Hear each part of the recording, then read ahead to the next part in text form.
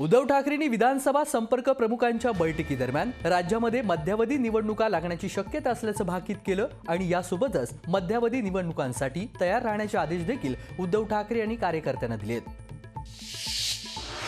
महसूल मंत्री राधाकृष्ण विखे पाटील यांनी जयंत पाटील यांना प्रत्युत्तर दिलेलं आहे। आजकाल जयंत पाटील यांना स्वप्नरंजन व्हायला लागलेलं आहे। सरकार पुढची 2.5 वर्ष पूर्ण तर करेलच, पण 25 वर्ष हेच सरकार राहणार अशी भविष्यवाणी करत विखे पाटील यांनी पाटील यांना टोला लगावलाय। खेळाडू वृत्ती अंगी बाळगण्यासाठी राहुल गांधी यांनी देशात भारत जोडो यात्रा सुरू केल्याचं नाना पटोले यांनी म्हटलंय। तर भारत जोडोमध्ये सहभागी होण्यासाठी त्यांनी सराव देखील सुरू केलाय। मॉर्निंग वॉकमधून जो खेळाडू वृत्तीचा संदेश दिला जातोय तो देशाच्या आणि मानवी जीवनाच्या हिताचा असल्याची देखील माहिती काँग्रेस प्रदेशाध्यक्ष नाना पटोले यांनी दिली। एकनाथ शिंदे हे राज्याचे मुख्यमंत्री नसून ते गुजरातचे मुख्यमंत्री आहेत, म्हणून गुजरातला मोठ्या प्रमाणामध्ये प्रकल्प जात आहेत अशी टीका देखील काँग्रेस प्रदेशाध्यक्ष नाना पटोले यांनी केली आहे। तर शेतकऱ्यांनी स्वयं ठेवावं, आत्महत्येचा मार्ग स्वीकारू नका असं आवाहन देखील पटोले यांनी केलं। स्वाभिमानी शेतकरी संघटनेच्या वतीनं सोयाबीन आणि कापूस उत्पादकांच्या मागण्यांसाठी आज बुलढाण्यामध्ये एल्गार मोर्चा काढण्यात येणार आहे। स्वाभिमानीचे नेते रविकांत तुपकर यांच्या नेतृत्वामध्ये हा मोर्चा काढण्यात येणार आहे। चांदूर बाजार येथे भटक्या जमातीच्या नागरिकांचे बच्चू कडूंनी पुनर्वसन केलेलं आहे। यामुळे 56 कुटुंबांना हक्काचं घर मिळणार आहे। बच्चू कडू यांनी अशिक्षित असलेल्या सर्व कुटुंबांचे रेशन कार्ड, जातीचे दाखले, ई कागदपत्र देखील काढून दिलेले आहेत। एकनाथ शिंदे यांच्यावरील टीका सहन केली जाणार नाही असं वक्तव्य शंभूराज देसाई यांनी केलेलं आहे आणि यासोबतच अजित पवार यांनी 48 तासांमध्ये सरकार केलं ते बेईमानी नव्हती का, पहाटे शपथ घेताना शरद पवार यांना विचारलं होतं का, असा सवाल देखील त्यांनी उपस्थित केलाय। राष्ट्रवादीचे माळशिरस तालुक्यातील नेते उत्तमराव जानकर यांनी उपमुख्यमंत्री देवेंद्र फडणवीस यांची भेट घेतल्यानंतर त्यांच्या भाजप प्रवेशाची चर्चा सुरू झालेली होती, पण राष्ट्रवादीच्या मंथन शिबिरामध्ये उत्तमराव जानकर उपस्थित असल्यानं या चर्चेला आता पूर्णविराम लागलेला आहे।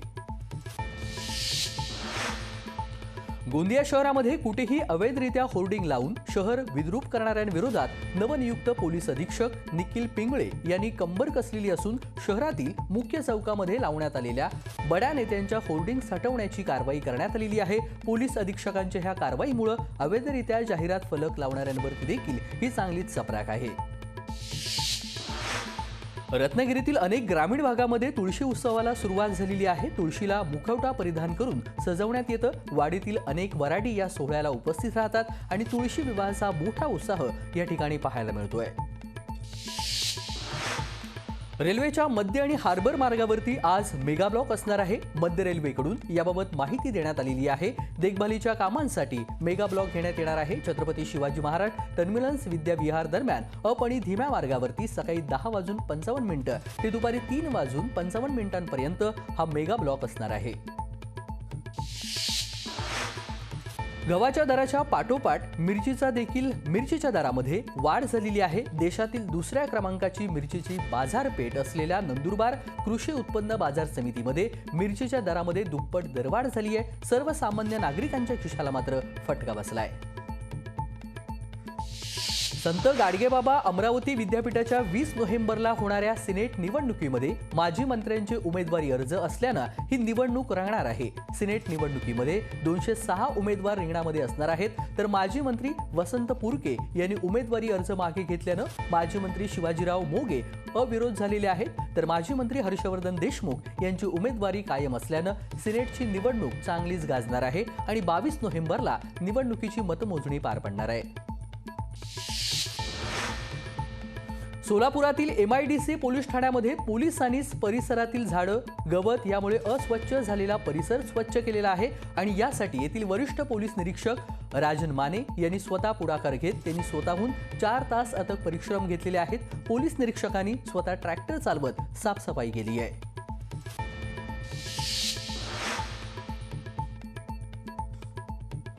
उद्धव ठाकरेंच्या समर्थकाला फेसबुक पोस्ट महागात पडलेली आहे। समर्थकांनी मुख्यमंत्री आणि उपमुख्यमंत्री यांच्या विरोधामध्ये पोस्ट केली असून ती पोस्ट व्हायरल झालेली आहे आणि यावरती विरोधकांनी पोस्ट केलेल्या वरती गुन्हा दाखल केल्यानंतर पोलिसांनी लगेचच आरोपीला अटक केली आहे। कार्तिक एकादशी निमित्त मुदखेड तालुक्यामध्ये पालखी सोहळा मोठ्या उत्साहामध्ये पार पडला। संपूर्ण गावामध्ये टाळ मृदुंगाच्या निनादामध्ये नगर प्रदक्षिण घालण्यात आलेली होती आणि या ठिकाणी मोठी यात्रा भरणार असून महाप्रसादाचं देखील आयोजन करण्यात आलेलं होतं। पुण्यातील श्रीमंत दगडूशेठ हलवाई गणपती ट्रस्टतर्फे तुळशी विवाह सोहळा संपन्न झाला। दरवर्षी हा विवाह सोहळा मोठ्या उत्साहामध्ये पार पडतो। यंदा हा विवाह सोहळ्याचं 26वं वर्ष आहे। कार्तिक शुद्ध एकादशीपासून कार्तिक पौर्णिमेपर्यंत तुळशी विवाह करण्याचा मुहूर्त आहे आणि सांगलीमध्ये विविध ठिकाणी घरोघरी तुळशी विवाह सोहळा उत्साहामध्ये संपन्न झाला। या निमित्तानं गावागावातील 12 बलुतेदार एकत्र असल्याचं चित्र देखील या ठिकाणी पाहायला मिळालं। गोंदियामध्ये लहान चिमुकल्यांनी तुळशी विवाह कार्यक्रम संपन्न झाला। मोबाईलच्या वाढत्या वापरामुळे लहान मुलांना आजकाल कार्यक्रमामध्ये सहभागी होता येत नाही। ही बाब लक्षात घेता तुळशी पूजनाचं महत्त्व समजावं म्हणून एका आजीनं तुळशी विवाह कार्यक्रम संपन्न केला। गुहागर तालुक्यातील वरवेली मराठवाडी येथील 8 वर्षाच्या गिर्यारोहक गृहिता विचारे हिने माउंट एव्हरेस्ट बेस कॅम्प पर्यंतचा प्रवास पूर्ण केलेला आहे। मात्र तिची तब्येत बिघडल्यानं तिला अर्ध्यावरूनच माघारी यावं लागत असून तिने एवढ्या लहान वयामध्ये माउंट एव्हरेस्ट चढण्याचं धाडस केल्यानं तिचं गावामध्ये कौतुक करण्यात येत आहे। रेल्वे प्रवाशांना प्रशासनानं मोठा दिलासा दिलेला आहे। याचं कारण म्हणजे मोठ्या स्टेशन यांचे वाढलेले प्लॅटफॉर्मचे तिकीट दर प्रशासनानं कमी केलेले आहेत। अनावश्यक गर्दी रोखण्यासाठी काही दिवसांपूर्वी प्लॅटफॉर्म तिकिटांचा दर 10 रुपयांवरून 30 ते 35 रुपये करण्यात आलेले होते। लातूरमध्ये 12 वर्षापासून बंद असलेला डॉक्टर शिवाजीराव पाटील निलंगेकर सहकारी साखर कारखाना हा ओंकार साखर कारखान्याच्या माध्यमातून सुरू करण्यात आलेला आहे। हंगाम सन 2022 आणि 23चा प्रथम गाळप शुभारंभ देखील शेतकऱ्यांच्या हस्ते करण्यात आला। सांगलीतील विष्णुदास भावे नाट्यगृह येथे रंगभूमी दिनानिमित्त ज्येष्ठ दिग्दर्शक जब्बार पटेल आणि प्रसिद्ध अभिनेते सतीश आळेकर यांची उपस्थिती होती। त्यांच्या हस्ते प्रतिमा पूजन आणि नटराज पूजन करण्यात आलं। देहू रोडच्या दारू गोळा कारखान्यामध्ये दिवाळी मेळा आयोजित करण्यात आलेला होता आणि यामध्ये एक अनोखा डॉग शो पाहायला मिळाला। नक्षली भागामध्ये अनेकदा श्वानाला शहीद होऊन देशसेवेचं कर्तृत्व बजवावं लागतं आणि यावेळी बॉम्ब शोधण्याचं प्रात्यक्षिक देखील दाखवण्यात आलं। राज्य सरकारनं दिवाळीपूर्वी काही शेतकऱ्यांच्या खात्यामध्ये पैसे जमा केले तर काहींची काळी दिवाळी झाली। त्यामुळे आता शेतकऱ्यांची आशा रब्बी पिकांवरती लागलेली असून याकरता वाशिम तालुक्यातील शेतकरी जोरदारपणे शेती कामाला लागलेत। सोयाबीनची काढणी झाल्यानंतर शेतीची वखरणी करून रब्बी हंगामातील पिकांसाठी शेत तयार करून गहू हरभरा पेरणीची लगबग आता शेतकऱ्यांमध्ये पाहायला मिळते। युवकांमध्ये साहित्याची गोडी निर्माण व्हावी आणि त्यांना व्यासपीठ उपलब्ध करून देण्याच्या उद्देशानं अकोला शाखेद्वारे 2 दिवसीय राज्यस्तरीय साहित्य संमेलनाचं आयोजन करण्यात आलेलं होतं। मुंबई गोवा महामार्ग चौपदरीकरणाचं काम 10 नोव्हेंबरपासून नियमितपणे सुरू होणार आहे। राष्ट्रीय महामार्ग विभागाकडून नियुक्त कंत्राटदार company messrs eagle infra India limited यांच्यामार्फत हे काम सुरू होणार आहे। थंडीला सुरुवात होताच बाजारपेठेमध्ये मेथी डिंक लाडू तयारीची लगबग सुरू झालेली आहे। सुकामेव्याच्या दरामध्ये 20% वाढ झाली। दरवाढ होऊन देखील नागरिकांचा खरेदीला चांगला प्रतिसाद पाहायला मिळतोय। अमरावती जिल्ह्यातील अंजनगाव सुरजी कृषी उत्पन्न बाजार समितीमध्ये सोयाबीनची आवक वाढलेली आहे। सोयाबीनला 5,500 रुपयांपर्यंत दर मिळतोय। शेतकऱ्यांनी शेतमाल खासगी व्यापाऱ्यांना न विक्री करता बाजार समितीतील जाहीर लिलावामध्ये विक्री करण्याचं आवाहन देखील करण्यात आलंय। नंदुरबार जिल्ह्यामध्ये जवळपास 30,000 पेक्षा अधिक क्षेत्रावरती सोयाबीनची लागवड केली होती। केंद्र सरकारनं सोयाबीनचे स्टॉक लिमिट मागे घेतल्यानंतर सोयाबीनच्या दरामध्ये वाढ होताना दिसते आणि सोयाबीनचे दर आता 5,200च्या वरती गेले असून दर अजून वाढतील अशी शेतकऱ्यांची अपेक्षा आहे। नंदुरबार जिल्ह्यामध्ये भात कापणीला सुरुवात झाली असून परतीच्या पावसानं भात पिकांचं मोठं नुकसान झाल्यानं शेतकऱ्यांना मोठा आर्थिक फटका बसलाय। शेतकऱ्यांना सरकारनं मदत करावी अशी मागणी शेतकऱ्यांकडून केली जाते आणि यावर्षी तांदळाला काय दर मिळत आहेत याकडे सर्व शेतकऱ्यांचं लक्ष लागलंय। पैठण तालुक्यातील वडवाळी आरोग्य उपकेंद्रामध्ये 93 महिलांची सुरक्षित प्रसूती नोंद झाली। त्यामुळे ग्रामीण आरोग्य उपकेंद्र गरोदर महिलांसाठी वरदान ठरत आहे। नवी मुंबई महापालिकेच्या वतीनं शहरातील दिव्यांगांना स्वयंरोजगारासाठी जागा उपलब्ध करून देण्यात येणार आहे। पात्र दिव्यांग अर्जदारांची अंतिम यादी 4 नोव्हेंबरला संकेतस्थळावरती प्रसिद्ध करण्यात येणार आहे। अल्पवयीन मुलांना गाडी चालवायला देणाऱ्या पालकांवरती आता दंडात्मक कारवाई होणार आहे। अल्पवयीन मुलं गाडी चालवत असल्यानं पुण्यामध्ये दर महिन्याला 100 पेक्षा जास्त मुलांचे अपघात झालेले आहेत आणि त्यामुळे 18 वर्षाखालील मुलांना गाडी चालवल्यास त्यांचा दंड पालकांकडून वसूल केला जाणार आहे। यवतमाळमध्ये राजेश्वर मंगळ कार्यालयामध्ये शिष्यवृत्ती वितरण आणि गुणवंत विद्यार्थ्यांचा कौतुक सोहळा संपन्न झाला। राज्याचे अन्न आणि औषध प्रशासन मंत्री संजय राठोड या सोहळ्याला उपस्थित होते।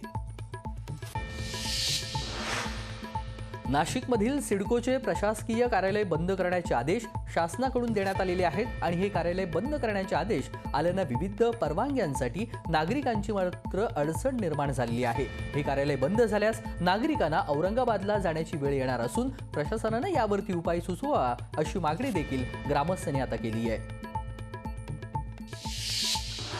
सातारा जिल्ह्यातील 50 शासकीय अधिकारी कर्मचाऱ्यांनी लाचलुचपत प्रतिबंधक विभागाकडून चौकशी सुरू होती। जिल्ह्यामध्ये दक्षता जनजागृती सप्ताह सुरू असताना लाचेची मागणी झाल्यास तत्काळ संपर्क साधावा असं आवाहन लाचलुचपत विभागाचे पोलीस उपअधीक्षक सुजय घाटगे यांनी केलं आहे। नाशिकच्या मध्यवर्ती कारागृहामध्ये शिक्षा भोगत असलेला एक कैदी रजेवरती गेला आणि तो फरार झाल्याचं समोर आलंय। या प्रकरणी 1 वर्षापासून त्याचा शोध सुरू आहे। कारागृह प्रशासनानं नाशिक रोड पोलीस ठाण्यामध्ये तक्रार दाखल केलेली आहे। प्रकाश पंचाळ असं फरार झालेल्या कैदीचं नाव आहे। मुंबईमध्ये सायन किंवा सर्कलच्या पुलाला धडकून एका ट्रकचा मोठा अपघात झालेला आहे। यामध्ये रेल्वे पुलाचं मोठं नुकसान झालेलं आहे। ट्रकची धडकेनं रेल्वे पुलाचं संपूर्ण पिलर तुटून खाली पडलेलं आहे। औरंगाबादमधील पास पीरवाडीमध्ये महादेव मंदिरामध्ये चोरट्यांनी दानपेटीवरती डल्ला मारलेला आहे। दानपेटी फोडून त्यातील पैसे चोरट्यांनी लंपास केलेले आहेत। मंदिरातील चोरीचा संपूर्ण प्रकार सीसीटीव्ही कॅमेऱ्यामध्ये कैद झालाय। सातारा जिल्ह्यातील 50 शासकीय अधिकारी कर्मचाऱ्यांनी लाचलुचपत प्रतिबंधक विभागाकडून चौकशी सुरू होती। कोणत्याही शासकीय अधिकारी कर्मचारी किंवा लोकप्रतिनिधींची लाचेची मागणी केल्यास एसीबी विभाग कारवाई करण्यास सक्षम आहे असं घाटगे यांनी म्हटलंय। दापोली तालुक्यामध्ये बंद स्थितीमध्ये असलेल्या बोटीला मोठी आग लागलेली आहे। सुदैवानं यात कोणतीही जीवितहानी झालेली नाही। 6 सिलेंडरची असलेली ही बोट गेले 2 वर्ष बंद होती। कोल्हापुरातल्या नेसरी रोडवरती लाकूडवाडी घाटामध्ये स्कॉर्पिओवरती राज्य उत्पादन शुल्कच्या कोल्हापूर विभागानं छापा टाकलेला होता। विभागानं 4,61,760 रुपयांचं विदेशी मद्यसाठा तर 6 लाखांचं वाहन उत्पादन शुल्क विभागानं जप्त केलंय। अकोल्यातील बाळापूर परिसरामध्ये विनापरवाना वीटभट्टी चालू केलेल्यांवरती गुन्हा दाखल करण्याचे निर्देश अकोला जिल्हाधिकारी यांनी दिलेले आहेत। तर बाळापूर परिसरामध्ये सुमारे 25 वीटभट्ट्या सुरू आहेत।